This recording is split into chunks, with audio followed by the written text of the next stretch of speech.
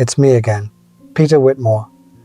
73, still here, still thinking too much, still wishing I'd figured things out sooner. Before I get into what I want to say today, I'm asking you, genuinely, to stay with me through this one. What I'm about to share isn't comfortable. It's not one of those neat little life lessons you can put on a poster, but it changed the entire second half of my life, and I think it could matter to you too. So, let me take you back to 1991. I was 38. I had a decent job managing a hardware distribution warehouse outside of Philadelphia. Nothing glamorous. I drove a used Chevy, packed my lunch most days, coached my son's Little League team on Saturdays. Normal life, ordinary in every way. And I was miserable, not in the way people usually talk about misery. I wasn't depressed. Not clinically. I wasn't drinking too much or falling apart. From the outside, everything looked fine. But inside, there was this feeling I couldn't name. Like I was watching my own life through a window. Like the days were just passing through me and I wasn't absorbing any of them. I remember one Tuesday, sitting in my truck in the warehouse parking lot after everyone had gone home, engine off. Just sitting there, staring at the dashboard, and I thought very clearly, if the next 30 years feel like the last 10, I don't know how I'm going to do this. That scared me, not because I wanted to hurt myself, nothing like that, but because I realized I had built a life that looked right and felt completely hollow. Now, most people, when they hit that wall, they do one of two things. They blow everything up. Quit the job, leave the marriage, buy something stupid, chase some fantasy, or they push the feeling down and keep going, hoping it fades. I did neither. And what happened instead is the thing I want to talk about today. A few days after that parking lot moment, I ran into a guy named Dwight Hobson at a gas station. Dwight was maybe 15 years older than me, retired school teacher. We knew each other from the neighborhood, but weren't close. Just the kind of people who wave when they're mowing the lawn. He looked at me that day and said, "You look like a man carrying a suitcase he forgot he picked up." I almost laughed it off. But something about the way he said it stopped me. I asked him what he meant, and instead of explaining, he invited me to go fishing that Saturday. I didn't fish, hadn't held a rod since I was 12. But I said yes, mostly because I didn't have a reason to say no. That Saturday, 5 a.m., I'm standing on the bank of Ridley Creek with this man I barely know, both of us holding coffee in paper cups. And Dwight starts talking, not about fishing, about himself, about how he'd spent 26 years teaching 8th grade history and woke up one morning at 54 realizing he had no idea who he was outside of that classroom. He told me when he retired, he expected to feel free. Instead, he felt erased. His whole identity had been wrapped up in being Mr. Hobson, the history teacher. Without that, he didn't know what to do with his hands, his hours, his mind. He spent almost 2 full years after retirement sitting in his living room, angry, not at anyone specifically, just angry, at himself mostly, for not building anything in his life besides a career. No real hobbies, no deep friendships outside of work, no sense of who he was when no one needed him to be anything. I stood there by that creek and I felt something crack open because Dwight was describing my future. I was 38 and I was already living his regret in slow motion. We fished every Saturday after that. Mostly we didn't catch a thing. But over those mornings, Dwight taught me something no book or seminar ever came close to. He taught me the difference between filling your life and building it. I had filled my life. Work, obligations, routines, responsibilities, every hour accounted for, every day productive.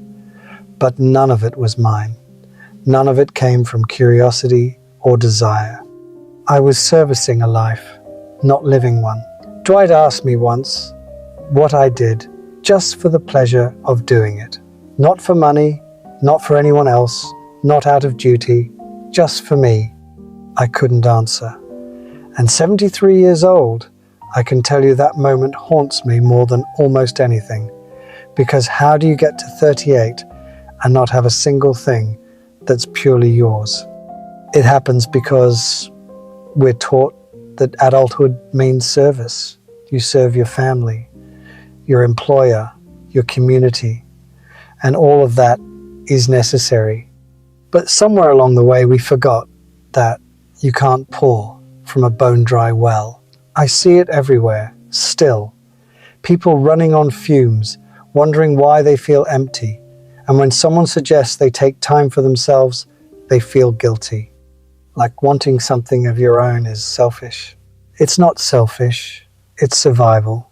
After those conversations with Dwight, I made changes, small ones. I signed up for a woodworking class at the community college, Tuesday nights, 7 to 9. I was terrible. My first birdhouse looked like something a raccoon built during an earthquake.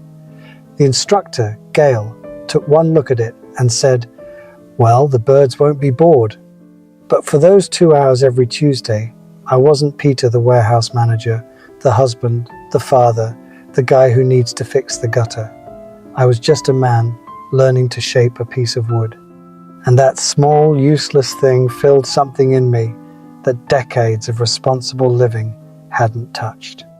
I started reading novels again, picked up East of Eden at a yard sale for 50 cents, lying in bed, turning pages, completely lost in someone else's world, and thinking, when did I stop doing this? The answer was around 25, when I decided fiction was a luxury I couldn't afford. What a stupid thing to believe. I started walking too. No destination, no pedometer. I noticed things I'd driven past 1,000 times. A stone church on Briar Lane with a hidden garden. A creek 2 blocks from my house I never knew existed. An old man who sat on his porch whittling.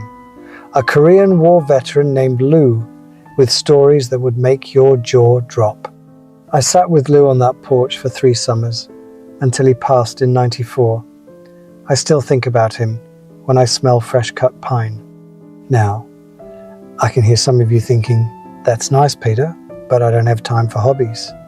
I've got bills, kids, problems you don't know about. You're right, I don't know your problems. But the excuse of not having time is almost never the real issue. The real issue is that we've merged with our responsibilities so completely that stepping outside of them feels like abandoning something. It doesn't. Your family doesn't need a martyr. They need you to be a whole person. Your kids don't benefit from a parent who's sacrificed every piece of their identity. They benefit from a parent who is alive inside, who has things they care about, who can show them what it actually looks like to enjoy being here. Dwight told me something I've carried for 32 years. He said, the worst thing you can do to the people you love is disappear while you're still standing in front of them. And that's exactly what happens when you hollow yourself out in the name of duty. You don't leave, you just become a shell. You're at the dinner table, but nobody's home. The woodworking led to other things. I joined a book club at the library, showed up and realized I was the only man among 11 women, and they were absolutely delighted. And I had the best Thursday evenings of my life, arguing about whether Atticus Finch was actually a good father. I started volunteering at a food bank because Dwight's wife, Marion, needed someone to drive the van. That led to friendships I still have, real ones, the kind where you call someone at 2 a.m. because you can't sleep and they'll actually pick up. Nothing about my circumstances changed. Same job, same house, same commute, same paycheck. But I was different inside. I started looking forward to things again. Not big things, just Tuesdays and Thursdays and Saturday mornings. That hollow feeling hadn't vanished completely. Maybe it never does entirely, but it had shrunk enough that I could breathe again. Because I'd started to exist as a person again, not just as a function performing tasks for other people. If something in this is hitting close, try one thing. Not tomorrow, today. Think of something you used to enjoy that had nothing to do with your job or your role in someone else's life. Maybe you painted, played guitar, liked bird watching, or writing bad poetry. Whatever it was, do it this week. Even 20 minutes. Don't do it well. Don't do it for anyone. Do it because the part of you that lit up when you did it is still in there. Dusty maybe, quiet probably, but still alive. Dwight passed in 2012, 79, died in his garden, which, if you knew him, was exactly how he'd have wanted to go. At his funeral, 14 people stood up to speak. Not one of them mentioned his career. They talked about who he was, the man who showed up with soup when you were sick, the man who remembered your dog's name, the man who'd sit with you in your worst moments and say absolutely nothing because he knew sometimes that's everything. That's the life I want. That's what I'm still chasing at 73.